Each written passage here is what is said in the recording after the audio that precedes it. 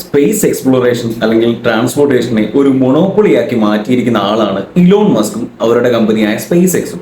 അപ്പൊ എന്തുകൊണ്ടാണ് space X ആ ഒരു മേഖലയിൽ ഇത്രത്തോളം സക്സസ്ഫുൾ ആയത് എന്നുള്ളതിന്റെ റീസൺ നമ്മൾ നോക്കുകയാണെങ്കിൽ, കുറഞ്ഞ ചെലവിൽ, അതായത് നിലവിൽ അവൈലബിൾ ആയിട്ടുള്ള കൺവെൻഷണൽ റോക്കറ്റ്സിന്റെ എക്സ്പെൻസ് കുറച്ച് കൂടുതലാണ്.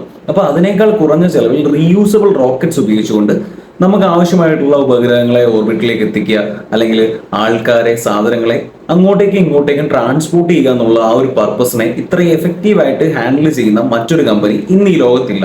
എന്നാൽ അതിന് തക്കതായ കോമ്പറ്റീഷനായിട്ട് മറ്റൊരു കമ്പനി രംഗത്തേക്ക് വന്നിരിക്കുകയാണ്. വേറെ ആരുമല്ല, ഹോണ്ട. നമുക്കറിയാം, വാഹന നിർമ്മാണ രംഗത്ത് വർഷങ്ങളുടെ പാരമ്പര്യമുള്ള, അത്രയും ട്രസ്റ്റ്വർത്തി ആയിട്ടുള്ള, ക്വാളിറ്റിയിൽ ഒരു വിട്ടുവീഴ്ച വരുത്താത്ത കിടിലോട്ടിലും കമ്പനിയാണ് ഹോണ്ട എന്ന് പറയുന്നത്.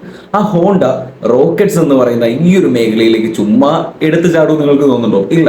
പ്രോപ്പർ ആറാണ്ടിയോട് കൂടി അല്ലെങ്കിൽ പ്രോപ്പർ റിസർച്ചോട് കൂടി മാത്രമായിരിക്കും ഹോണ്ട ഒരു പരിപാടിയിലേക്ക് ഇറങ്ങുക. അഥവാ ഇനി ഇറങ്ങിയാൽ തന്നെ അവരുടെ എഞ്ചിനീയറിംഗ് വൈദഗ്ധ്യത്തെ പറ്റി നമ്മൾ പറഞ്ഞറിയിക്കേണ്ട കാര്യമൊന്നുമില്ല. അവരൊരു പരിപാടി ചെയ്യുമ്പം അത് പക്കയായിരിക്കും.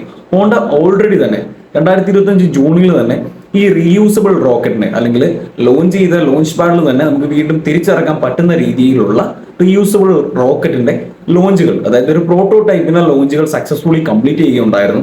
അതിനുശേഷം ഫെർദർ ആയിട്ടുള്ള ലോഞ്ചസും വളരെ നന്നായിട്ട് തന്നെ അവർ ചെയ്തിട്ടുണ്ട്. സോ നമുക്ക് ഉറപ്പിക്കാം, മൊണോപ്പൊളിനെ തകർത്തുകൊണ്ട് ഹോണ്ട ഈ രംഗത്തേക്ക് വരുമ്പം റോക്കറ്റ്സ് എന്ന് പറയുന്നത് നാളെ നമ്മളൊരു കാർ വാങ്ങിക്കുന്ന പോലെ ആവും എന്നുള്ള കാര്യത്തിൽ ഒരു ഡൗട്ടും വേണ്ട. കുറെ കൂടി എക്കണോമിക്കലായിരിക്കും ഇനി നമ്മുടെ സ്പേസ് എക്സ്പ്ലോറേഷൻ പരിപാടികൾ. അതേപോലെ തന്നെ ഓർബിറ്റിലേക്ക് നമുക്ക് ആവശ്യമായ ഉപഗ്രഹങ്ങൾ എത്തിക്കുന്നതിനുള്ള ചിലവുകളും കുറയും എന്നുള്ളത് നമുക്ക് വ്യക്തമായിട്ടുള്ള ഒരു കാര്യമാണ്. സോ കൂടുതൽ കാഴ്ചകൾക്കായി കാത്തിരിക്കും.